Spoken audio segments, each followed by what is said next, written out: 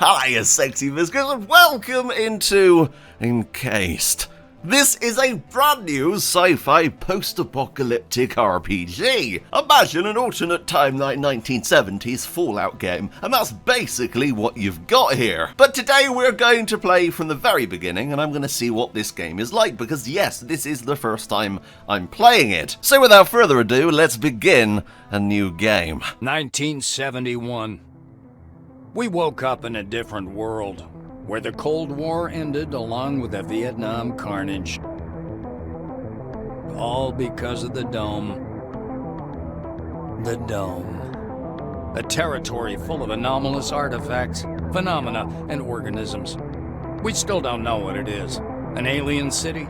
Some kind of a testing ground or storage? Whatever it is, no living thing trapped under the Dome can escape it. Yet even this did not stop the research. The major powers created the Cronus Megacorporation to develop and explore the Dome. Its secrets became a lucrative business. The Spire station was built on top of the Dome to export the artifacts and import supplies and personnel. The city of Crystal Sands grew at the foot of the Dome, eventually becoming a major transportation hub. All this required thousands of employees, and there was no shortage of candidates.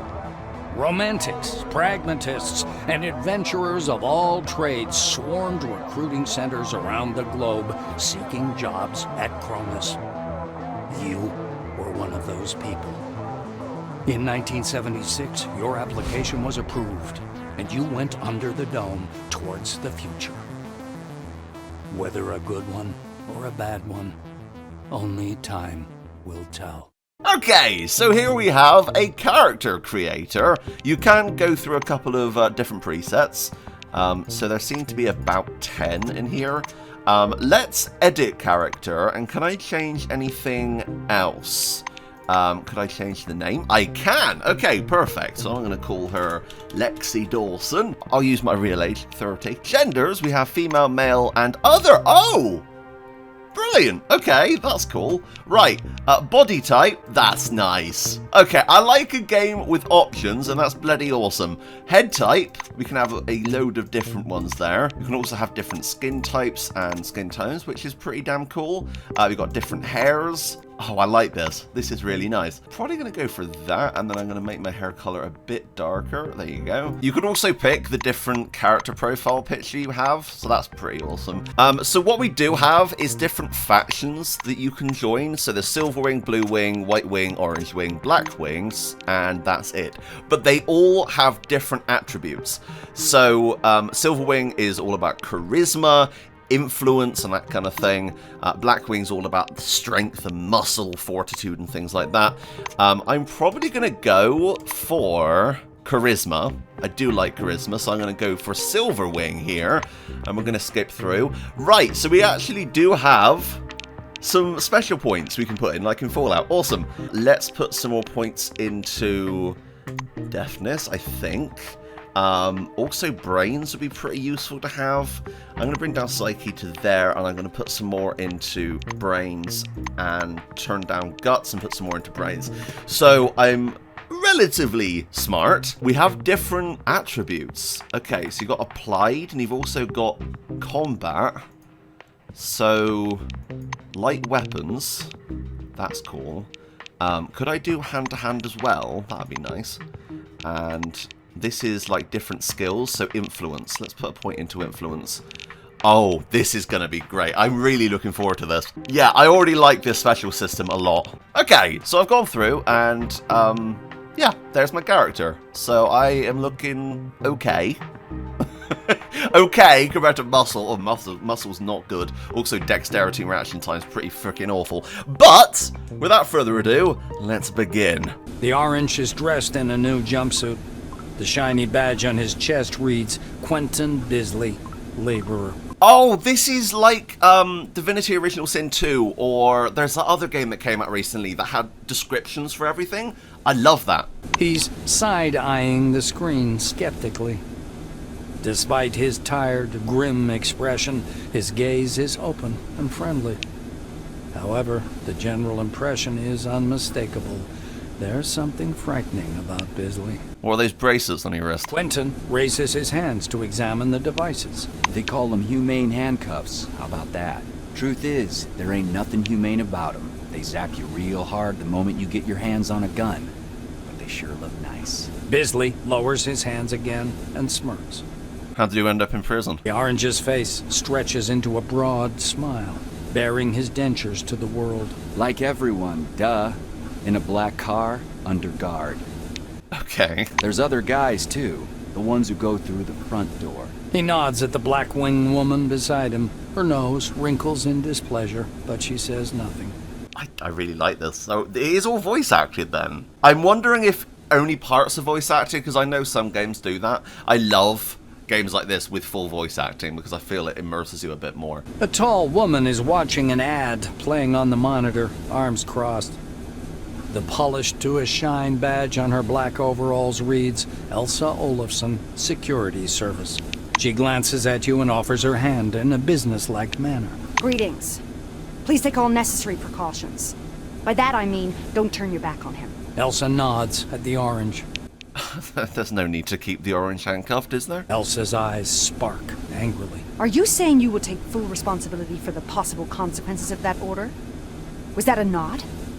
Does that mean yes? Olafson turns to the orange, produces a key, and unlocks his cuffs in a smooth, well-practiced motion. What's so dangerous about this orange anyway? Olafson eyes your silvery jumpsuit and snorts. Really? I thought you'd be the one to tell me about it. After all, your department has access to all the orders and personal files.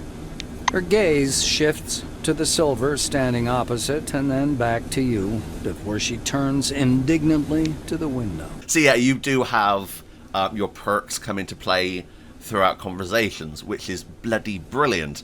Hello, Igor. A man with a mustache and a blue jumpsuit is standing at the window, studying the construction site below through the occasional break in the clouds. His badge reads Igor Patan, planner. The blue taps on the glass with one finger and gestures you to come and take a look. Seems like he doesn't speak English. Hi. I'm sorry, I don't really speak your language, unfortunately. Do you possibly speak English? Using sign language, mimicry, and all of your artistic talent, you're able to communicate with the planner. Once he's sure you're watching, Patanin points up in the direction of Spire Station, from which you departed a few minutes ago. He sketches the outline of the station on a broad, foggy section of glass. Once he's finished, the blue turns to you with a delighted expression. So how exactly does this station function? With a series of confident strokes, the planner delineates the capsule's movement scheme, drivetrain, and massive hydraulic brakes on the glass. Wow. What is the purpose, though, exactly? This time, Igor is quite laconic. He pauses, then confidently writes cargo and personnel in block letters, and draws an arrow pointing downward. Beside it, he writes relics, and draws an arrow pointing up. His R is turned back to front. Thank you, Patanin, for the lecture. I don't really know what that backwards R thing's all about, but thanks. The engineer stops you with a gesture, and after rummaging through his pockets, offers you a small candy. There is a picture of a crayfish on the white wrapper. Is this candy crayfish flavor? Oh my god, thank you. You didn't have to do that. Crayfish flavor, I've never had it. It's surprisingly spongy and tooth-achingly sweet. You can only wonder what it has to do with crayfish. The thin, pale young woman is sitting at the window, leaning against the illuminator. The glass is slightly fogged with her breath. She turns to you. Her shiny badge reads Tomoko Kimura. We've crossed the border. No way back now. Even traveling by the funicular wasn't so thrilling. The white presses small hands to her blushing cheeks. You were thinking, why have no children been born under the dome? I've got a working hypothesis, but I'm not ready to share it yet. She says softly, as if answering a question you didn't ask. Can you see a dark stain on the outside of the dome? Kimura peers through the glass in the direction you indicate. Oh, that's the aircraft that crashed into the dome during the first expedition. I believe that's a wing fragment, and there's some white canvas. What do you think that is? Maybe a parachute? The White shakes her head, bewildered. I just can't believe it. It's all true. We're on our way to meet the future. I've got to ask, what did you mean by we've crossed the border? Kimura shoots you a surprised look. You're familiar with the details of the briefing, right? To put it simply, the dome is a selectively permeable environment. The White draws an invisible hemisphere in the air. Inorganic objects may exit the dome without difficulty, but any living creature dies if transported back to the outside world. That's why we're all stuck here for an indefinite period of time. Who would make something like that? It's terrible. Kimura is eyeing the dome's mesh, glittering in the sunlight. Supposedly, it's something to do with the atmospheric composition, but it's a weak theory. The difference of the air within the dome is so insignificant as to fall within the margin of error.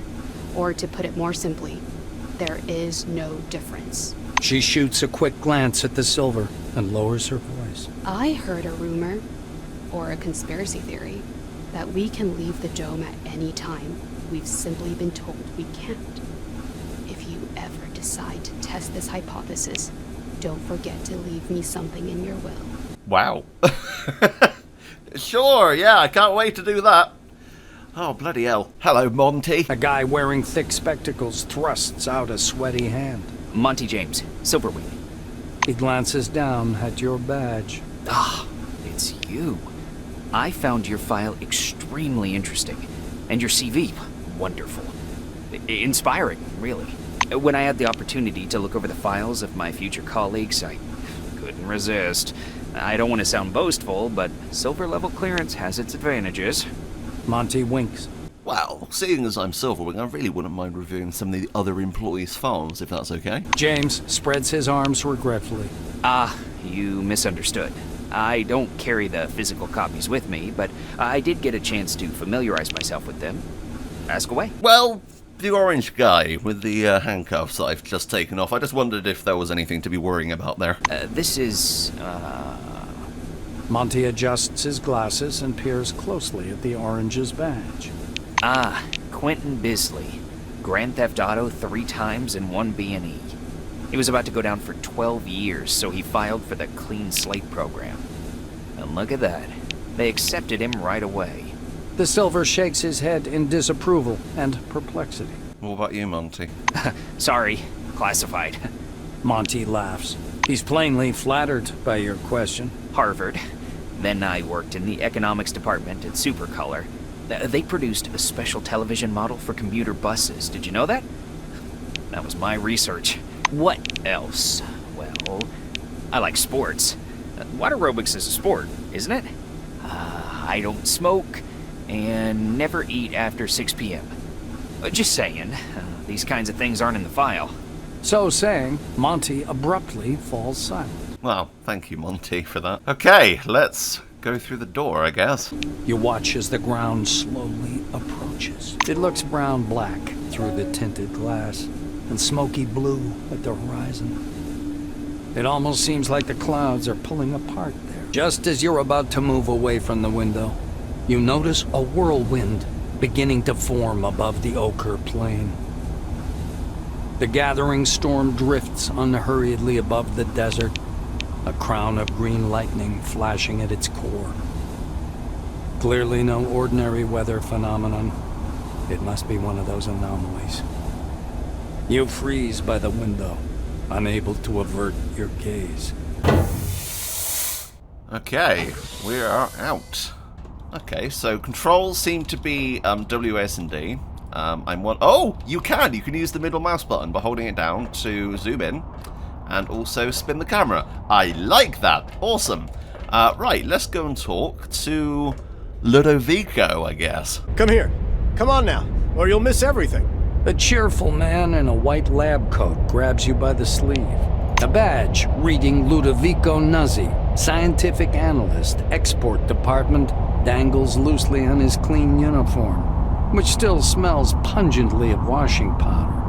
Look over there. He points upward with a sharp, wide gesture and hands you his field binoculars. Okay, yeah, thanks. You raise the binoculars to your eyes. Under fourfold magnification, the whirling cloud above the rust-colored plains looks even stranger.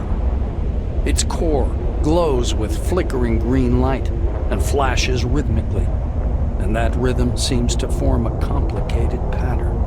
Nazi bends close to your ear. Fascinating. Do you want me to bring some filters? If we intercept the red and blue spectrums, we'll see something amazing. It's like a signal, some kind of message. What is it that we're looking at? Like, is that some kind of storm or electrical phenomena? What is that? I don't know. Ludovico laughs unnervingly and snatches the binoculars from your hands. With the binoculars raised to his eyes, he minutely adjusts the focus. It's a massive whirlwind north of Concord, and not merely some desert sandstorm. That's an anomaly. I hope it lasts long enough for me to make a proper observation. Sorry, you didn't actually say, what does Scientific Analyst Export Department actually mean? The scientist looks blankly at you, then down at his lab coat. Ah, this? This? He lets out a blaring laugh. Ludovico points at the building behind him. I work in Concord Station, categorizing relics. My job is to classify them by rarity. Then the blues package them, silvers issue the documentation, and oranges move them to the cargo capsule. Just like the one you arrived in. Nazi points upward. Then the capsule takes the relics way up there, all the way to the spire, then to Crystal Sands by the funicular. They get auctioned off and turned into money. It's not like I endorse this, but we all like ourselves a good paycheck, right? Yeah. He offers you his binoculars once again. Do you want to have a look at the spire? It's amazing. But then you can look at the spire anytime. Now that sandstorm, that's what's truly amazing. Sorry, I kind of need to go. Nazi looks from you to the capsule and to the landing terminal entrance. He flings his arms up.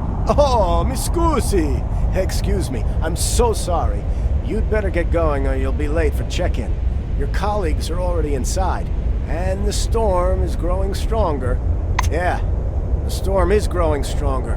The White mutters in fascination, eyes glued to his binoculars, which is fixed on the spinning whirl of clouds. Oh, it's so awesome. I love this. You can actually get really quite far down as well, which is brilliant. All right, let's open this door up. So while I'm doing this, I wanted to say a big thank you to Prime Matter, who actually sent me a code for this. This is one of the games that I saw about 3 or 4 months ago, before it got announced publicly, and I was really quite excited for this. So there's actually some locked doors here, so I'm wondering if we need to get some lock-picking skill at some point. A tall receptionist watches you from behind his desk with a bored, haughty look. He waves impatiently at you to approach. Noticing your silvery uniform, he offers up his best artificial smile. Welcome. My name's Dean Rayhead. It's my job to help our new employees settle in. Please wait a moment or two while I register you. Okay. The administrator slaps himself on the forehead. Ah, I almost forgot the regulation pre-registration greeting. Just a second. Oh, is it going to take long? Rayhead produces a reel-to-reel tape recorder from beneath the desk, rewinds the tape to the beginning, and presses play. The speakers explode with a harsh, crackling sound, over which the tick-tick of a metronome slowly grows louder. Solemn music begins to play, and the administrator's face takes on a serious expression. Dear employee, on behalf of the Cronus Foundation, I, Administrator Dean Rayhead, welcome you to your new life under the dome. The administrator clears his throat and continues. By joining our company, you choose the path of science and progress. You are among mankind's best, and we ask that you live up to this. Dean squints down at the monitor. Deserve this title. Do your job honestly. Obey the law. Respect your colleagues and... The music fades, and the administrator finishes his speech. And together we will build the best possible future for all mankind. Dean puts the tape recorder away. Now that we're done with the official greeting, I'll register you and upgrade your Selectron. Okay? Okay. This place is pretty awesome. I wasn't expecting it to look like this. The committee ads didn't lie. The interior of Concord Station looks just like the glossy brochure. The high ceiling is finished with matte light panels. The floor is slightly scratched, but nevertheless washed to a mirror finish. Lights gleam soothingly. It's clean, cozy, and bright. Dean taps his pen on the desk to get your attention. Time is money, my friend. Please keep your mind on what we're doing until I get you registered. Oh, sorry. Yeah, okay. Dean's hands hover over the keyboard. Well, hello. I'm Lexi. I'm 30, and I am part of the Silver Team, as you can probably see by the outfit I'm wearing. The administrator's fingers fly across the keyboard as he enters your information into the Cronus database. Rayhet scans the computer screen. So your position in the waiting list was 63,784. You've been assigned to Magellan Station. A special bus will bring you there after a series of briefings. Please pass me your Selectron so I can update the firmware. Okay, here you go. Dean snaps the docking port of your pass to a recess in the casing of his computer. The administrator returns your Selectron. So, colleague, you now have first-level clearance, which gives you access to the archives on the administrative level, the warehouses, and basically everywhere else except the secure facilities. You also have admin privileges at most terminals. Wow, that's a lot. Dean continues. All new employees have a short list of tasks to perform on arrival. Do you want to hear all the details or just the short version? Just give me the rundown. Rayhet snorts. To make it short, get your uniform from storage, your weapons from the armory, pass the Psi abilities test, and complete your weapons training at the training zone. Then learn how to use the scanner, avoid anomalies, and properly catalog anything you observe. Last, go to the waiting room and wait for the bus to Magellan. Oh, wow. I wasn't expecting to be doing all that. I was expecting to be working behind a desk, but okay. Yeah, sure. I'll get on that right now. Dean sits back in his armchair. That's it. I hope there aren't any questions. No, I got all that. I'm sure it'll pop up on the screen telling me exactly where to go, so that's absolutely fine. Thank you. Rayhet claps his hands in satisfaction. Great. He reaches for the tape recorder, but thinks better of it. Protocol calls for a little welcoming preamble, but dash it all, that's nonsense. Welcome to Concord Station. Thank you. I will go and do those tasks now. Have a lovely day. As he's about to turn away, Dean suddenly remembers something. Oh yes, I sent your mail to your Kairos. Check your new messages. Well, that's all, I think. Thank you very much. Okay, so we actually got some emails on our Kairos, which I'm assuming is our little tablet, which will show us some things. I don't actually know how to look at that right now. We've got dig, requires a shovel in the inventory. Force, so you've got different skills you can activate at any time. You've also got different combat skills, because yes, this does have combat in it. So I'm quite excited to see what that's like, and there is obviously a little tutorial we need to do. I'm probably going to leave it here. If you guys like what you see so far, and you like me role-playing my character, then I will return to this. I do want to keep playing this, though, and I'll probably play it in my own time as well. But yeah, this is awesome, and the fact you can also interact with different things in the environment as well leads to a lot of awesome possibilities. I'm quite excited. You can sit on chairs? That's rare in a video game. Hang on. Oh, wow. A weird transition, but you know what? I'm happy. I get to sit on a chair. Also, we do have a buff right now due to the crayfish candy. So if we hadn't talked to that guy, we wouldn't have that. Bloody brilliant. Anyway, leave your thoughts down below. Thank you again to Prime Matter. I really enjoy voicing characters, and playing this Lexi Dawson character should be quite fun. But yeah, comment down below, tell me if you want more. But until next time, that's me, out. Bye, guys.